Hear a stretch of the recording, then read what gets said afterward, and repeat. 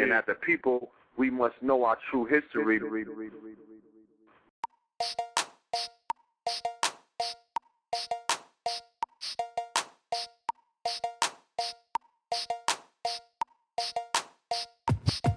was the Umayyad and Abbasid dynasty of Africans that went right into Spain and conquered Spain. And they moved up past the Pyrenees into France. They invaded France in 719. They went in Sicily in 837 and into Italy in 846. You know, we have to know our history. That when we went in there and we took those places over, we brought in industry. But you see, you got to go back and remember that it was the Visigoths and Vandals, the northern Germanic tribes, that came down and defeated and crushed the so-called Holy Roman Empire. That was the fall of the Roman Empire. Was the Visigoths and the Vandals. They just went down in there and they just crushed it. They went right straight through Spain. But they had to stop in Spain because they dared not come to Africa because the Africans were too strong at this time. And we have to know our history and to know that we brought in, I mean, all sorts of different types of education.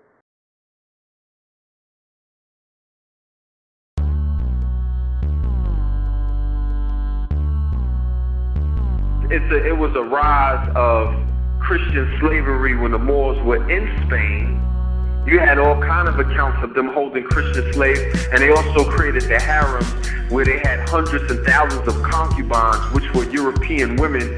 They created the amalgamated races of the Moors, who eventually were the ones who helped conquer them. This is what they don't want you to know about their history of enslavement by the Black Moors.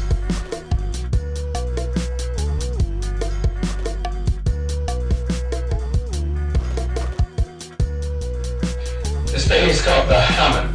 The Hammam was a Moorish bathhouse. Historically, many Europeans considered it a sin to even take a bath, and they did not bathe. So one of the things that the Moors did is they introduced over 700 bathhouses to Spain and much of Europe. This is the man who's running it, the black man, the Moor. When we were pirates, we were taking slaves of the highest caliber.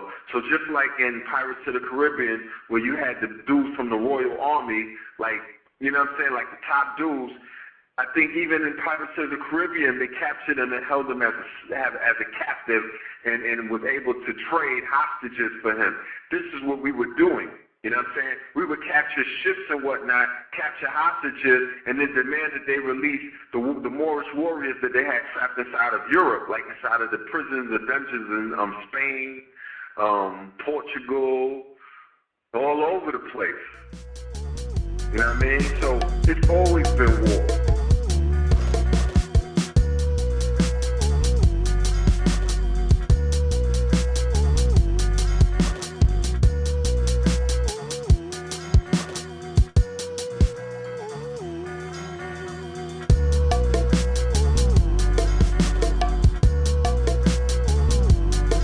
Sitting here, obviously very Negro in appearance. This one not as much. Moors as well. Most of the concubines in this harem, as you appear are lighter skinned.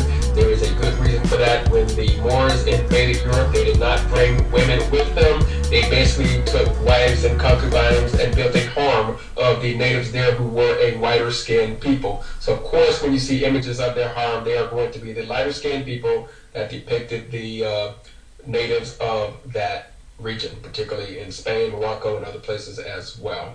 And these are more Moors. You can see on that one, he is extremely dark. This one is as well, even though you can't see most of his features. Look at the tip of his nose, very dark, clearly black. Here's a more lighter skinned Moor, but clearly he is not Caucasian. None of these Moors are Caucasian, even the ones that are very light in complexion. Most people know this, but there has been an attempt to whitewash history. These are Moors as well, very dark in complexion.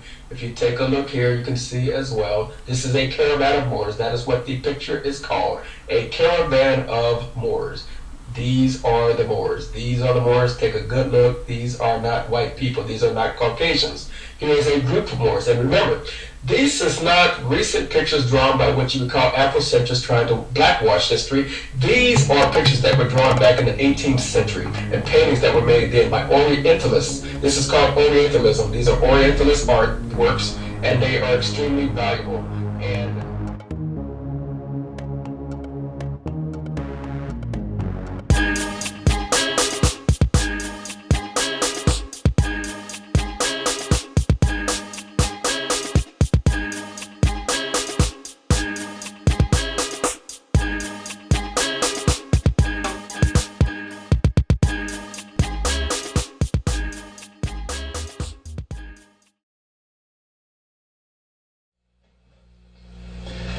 the Zangermeister family. The Zangermeisters were Germans, that obviously means sing master, but Germans of Moorish descent.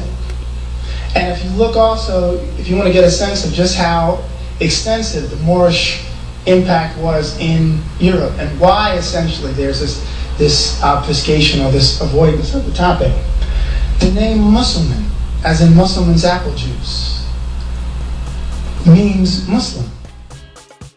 French, Dutch, and Belgian families with names of Negro. This is taken from Rogers, J. Rogers' text, Nature Knows No Color Line. And Negroes and coats of arms of noble families. Maurice, Marcant, Moor. Whenever you see that root word, Moor, you deal with African people. Morrison, Mormon, etc. This is another German family, Moor, M-O-H-R, from a collection from Lehigh County Historical Society. This is Johannes Morris, as it states, another Moor of saintly status in Europe. This icon is dated 19th century and is found to be in a museum in Germany. Johannes Morris was a vizier, a ruler of Sicily in the 12th century AD. So again, when we consider, the legacy of the Moors, and when people, a lot of times talk about Sicilians or Italians, a lot of them, whether they know it or not, are your cousins.